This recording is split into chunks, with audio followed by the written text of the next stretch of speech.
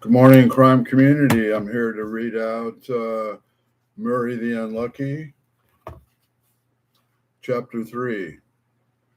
The lamentations of Murad were interrupted by the entrance of Saladin.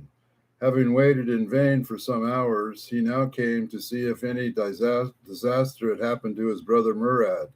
He was surprised by the sight of two pretended merchants and could not refrain from explanations from beholding the broken vase. However, this was unusual equanimity and good nature, he began to console Murad, and asking up the fragments, examined them carefully one by one, joining them together again, found that none of the edges of the china were damaged, and declared that he could have it mended so as to look as well as ever.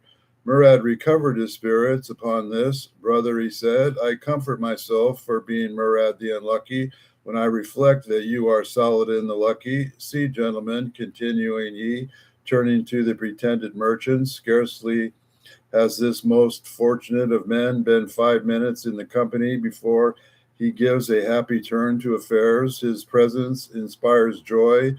I observe your countenance, which has been saddened by the dismal history, have brightened up since he has made his appearance. Dear brother, I wish you would make these gentlemen some amends for the time they have wasted in listening to my catalog of my misfortunes, my relating your history, which I am sure they will find rather more exhilarating. Saladin consented on conditions that the strangers would accompany him home and partake in a social banquet. They at first repeated the former excuse of being obliged to return to their inn, but at length the Sultan's curiosity prevailed, and Ho and his vizier went home with Saladin the Unlucky, and after supper related his history to the following manner.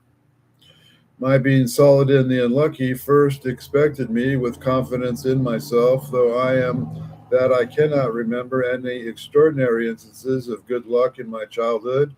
An old nurse of my mother's indeed repeated me 20 times a day that nothing I undertook could fail to succeed because I was Saladin the Lucky.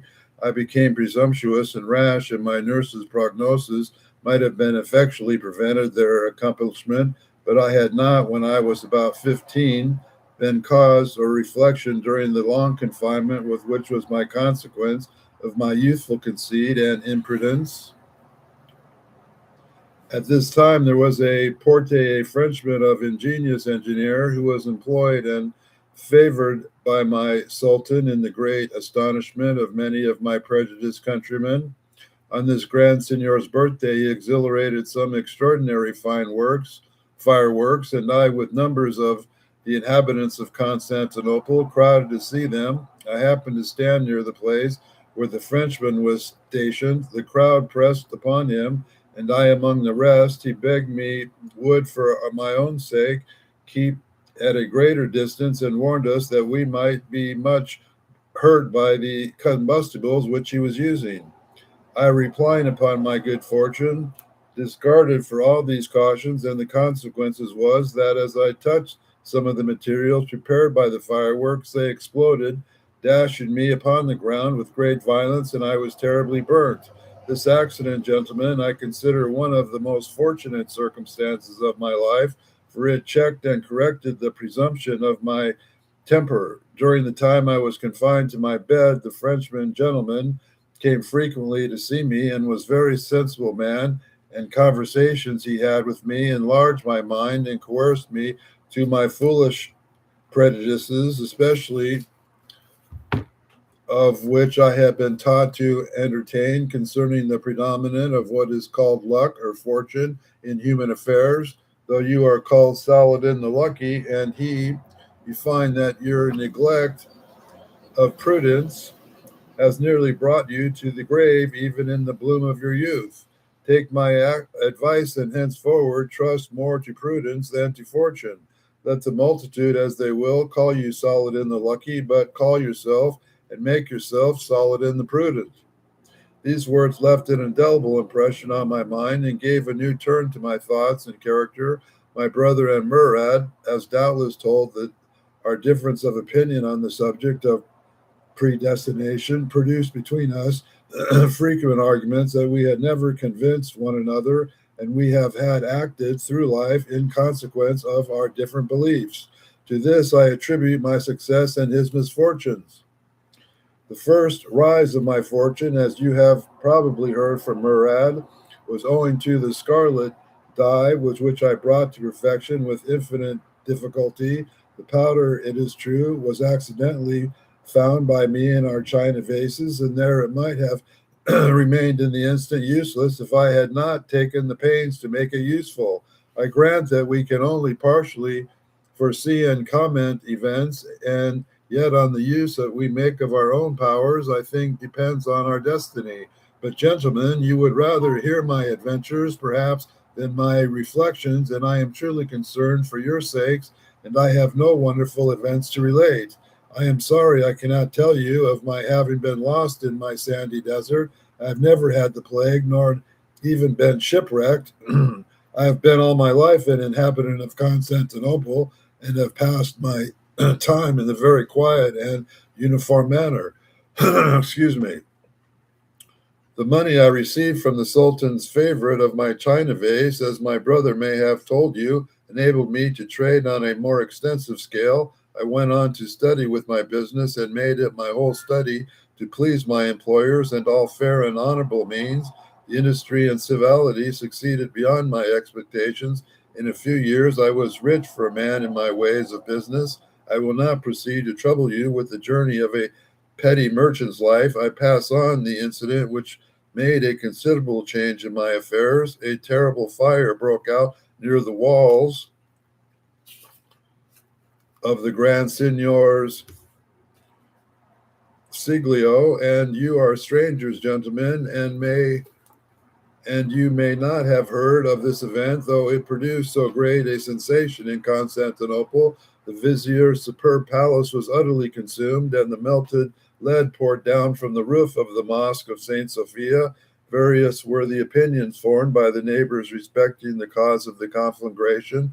Some supposed it to be a punishment for the Sultan's having neglected one Friday to appear at the mosque of St. Sophia. Others considered it a warning sent by Muhammad to dissuade Porte from persisting in a war in which we were just engaged. The generally, however, it was a coffee house politician, contented themselves with observing that it was the will of Muhammad that the palace should be consumed. Satisfied that the superstition, they took no precaution to prevent similar accidents in their own house. Never were fires so common in the city at this period. Scarcely a night passed without one being wakened by the cry of fire. These frequent fires were rendered still more dreadful by villains who were continually on the watch to increase the confusion by which the perfited and the pillage the hours of the sufferers. It was discovered that these incendiary frequently skulked towards evening in the neighborhood of the Benedictine, where the rich merchants store their goods. Some of the wretches were detected in throwing kondaks or matches into the window, and if these combustibles remained a sufficient time, they would not fail to set the house on fire. Notwithstanding all these circumstances, many even of those who had property to preserve continued to repeat, "It is the will of Muhammad, and consequently to neglect all means of preservation." I, on the contrary, recollecting the lesson I had learned from the sensible foreigner, neither suffered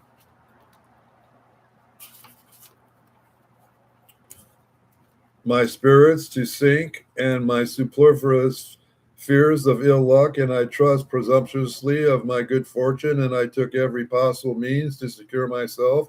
I never went to bed without having seen all of the lights and fires in the house were extinguished, and that I had a supply of water in the cistern.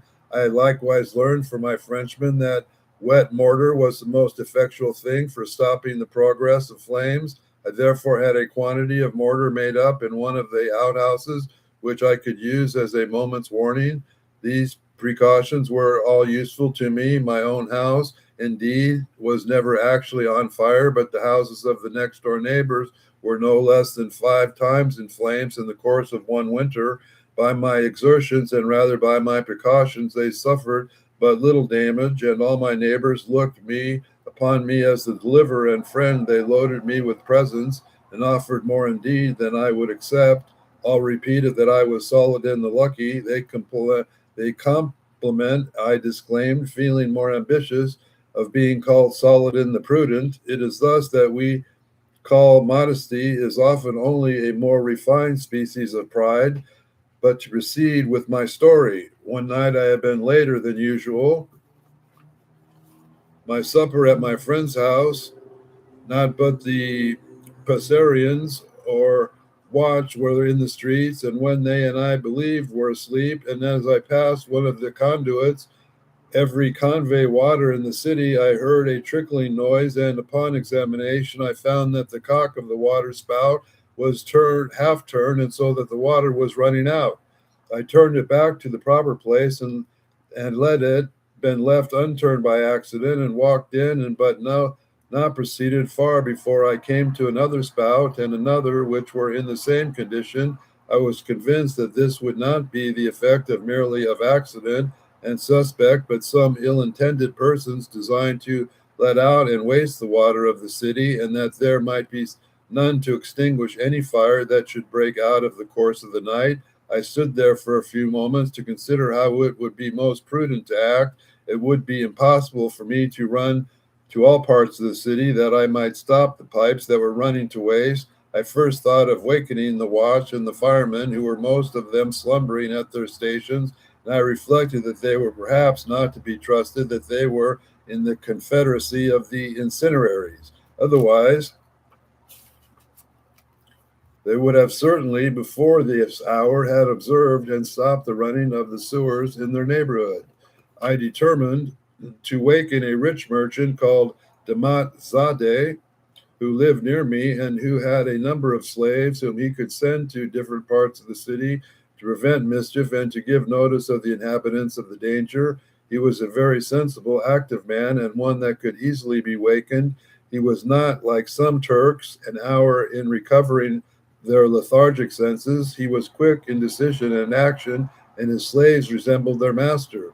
He dispatched a messenger immediately to the Grand Vizier, and the safety might be secured, and they sent others to the magistrates in each quarter of Constantinople. The large dreams of the Janizary Age's tower bent to rouse the inhabitants, and scarcely had this been heard to beat half an hour before the fire broke out in the lowest apartments of Dahmedzade's house, owing to a kondak which had been left behind one of the doors.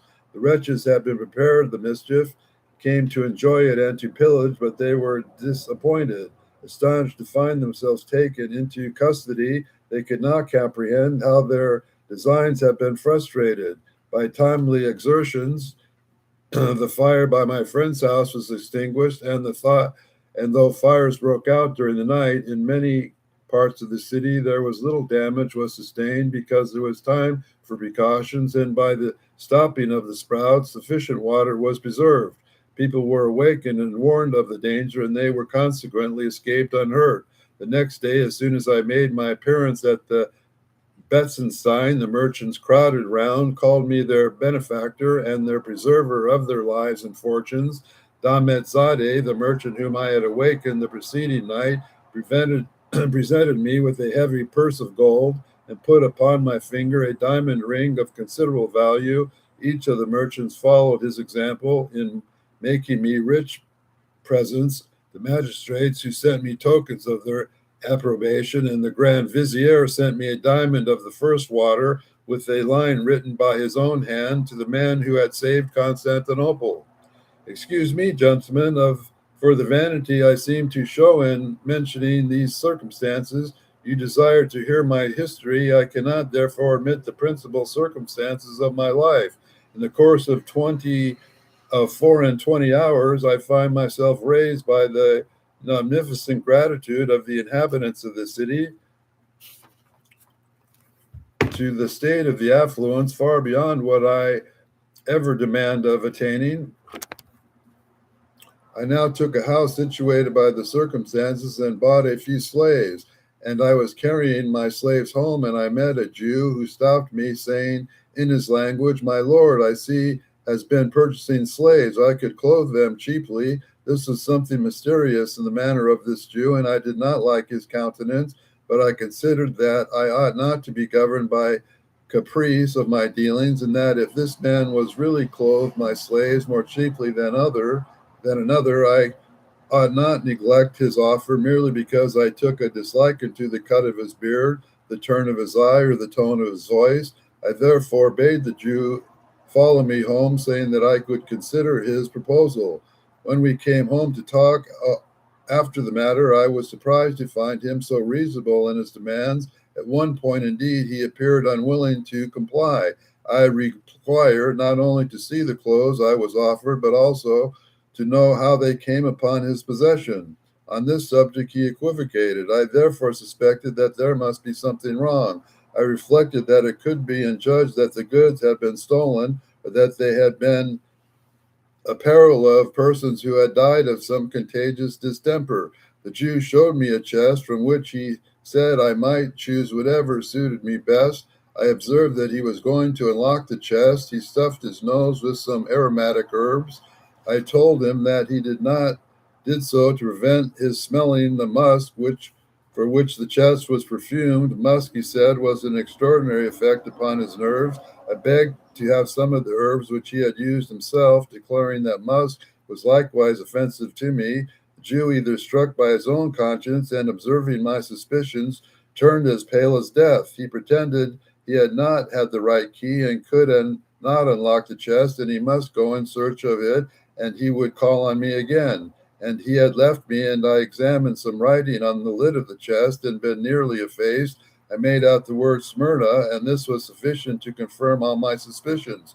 The Jew returned no more, and he had sent porters to carry away the chest. And I heard nothing of him for some time, till one day when I was at the house of Damat Zadeh, I saw a glimpse of the Jew passing hastily through one of the courts, as if he wished to avoid me, my friend and I, to Zadeh.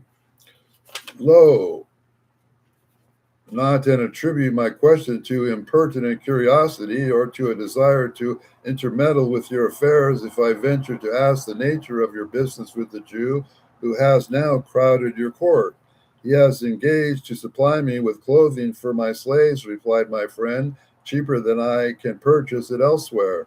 I have a design to surprise my daughter Fatima on her birthday with an entertainment in the pavilion in the garden, and all her female slaves shall appear in new dresses on this occasion. I interrupted my friend to tell him that I suspected relative to this Jew and his chest of clothes, it was certain that the infection of the plague can be communicated by clothes not only after months, after years have elapsed. But Merchant, resolved of having nothing more to do with the wretch who could have hazarded the lives of thousands of his fellow creatures for a few pieces of gold, and sent notice to the circumstances of his caddy. But the caddy was slow in his operations, and before he could take the Jew into custody, the cunning fellow had effectually effected his escape.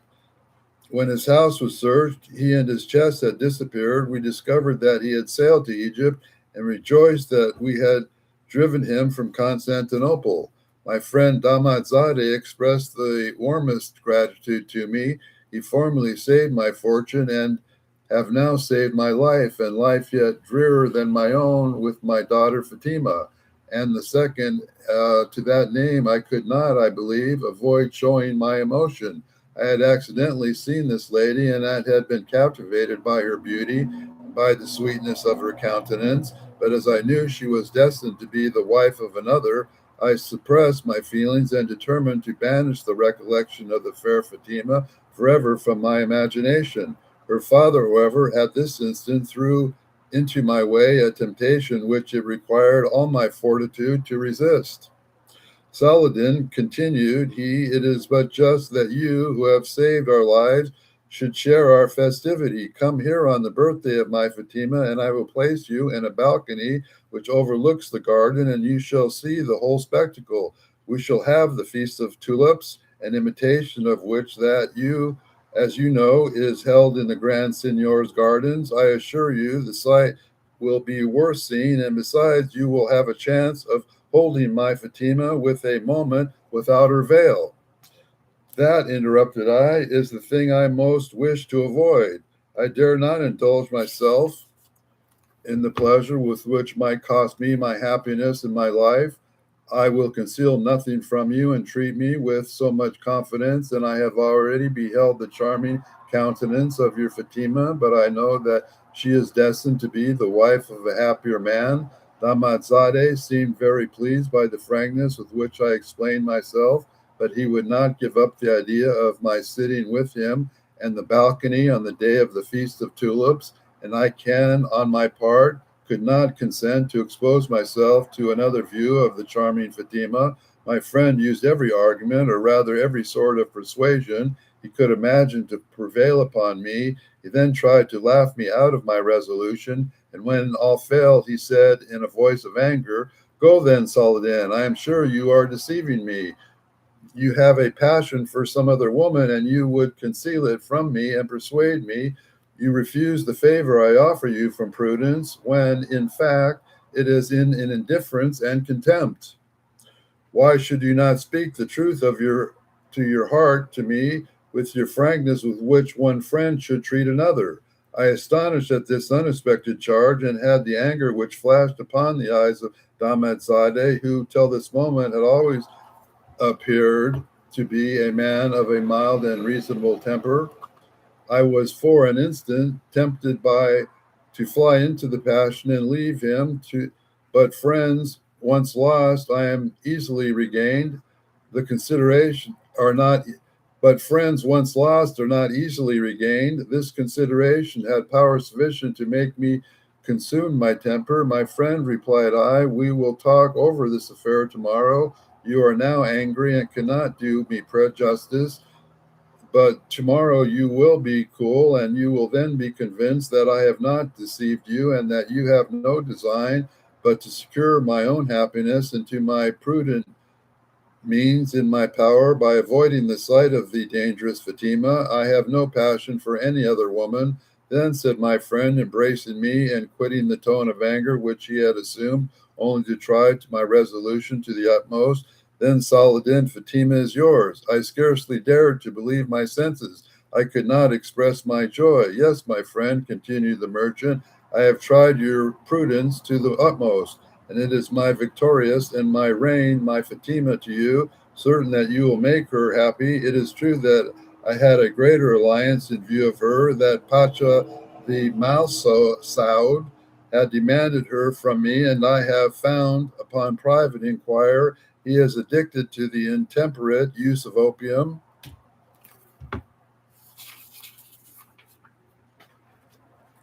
and my daughter shall never be the wife of a man who is a violent madman one half the day and a melancholy idiot during the remainder. I have nothing but apprehend for Pacha's resentment, because I have powerful friends with the Grand Vizier, who will oblige me to listen to reason and to submit quietly to the disappointment be so justly merited. And now, Saladin, you have any objection to seeing the Feast of Tulips? I replied only by falling on the merchant's feet and embracing his knees. The Feast of Tulips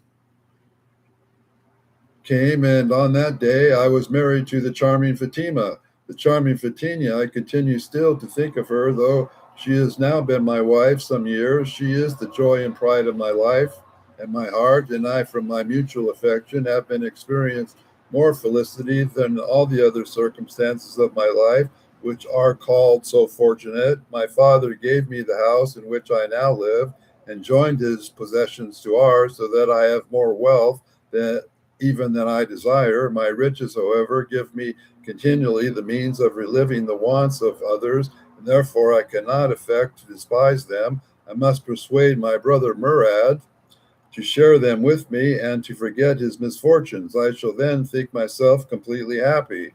And as to the Sultan's looking glass and your broken vase, my dear brother, continued Saladin, we must think of some means.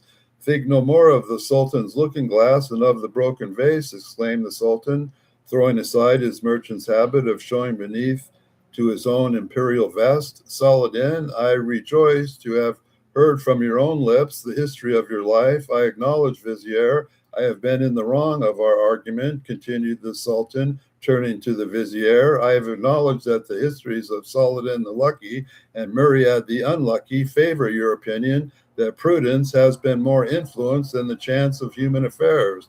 The success and happiness of Saladin seems to have had arisen from his prudence. By that prudence, Constantinople have been saved from flames and from plague.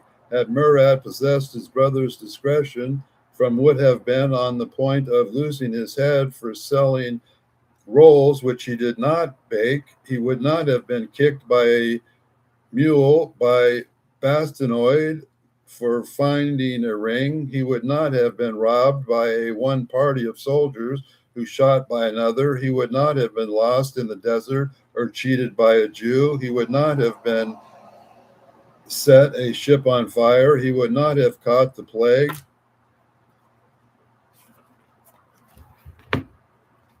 and spread it through the Grand Cairo. He would not have run my sultana's looking glass through the body instead of a robber.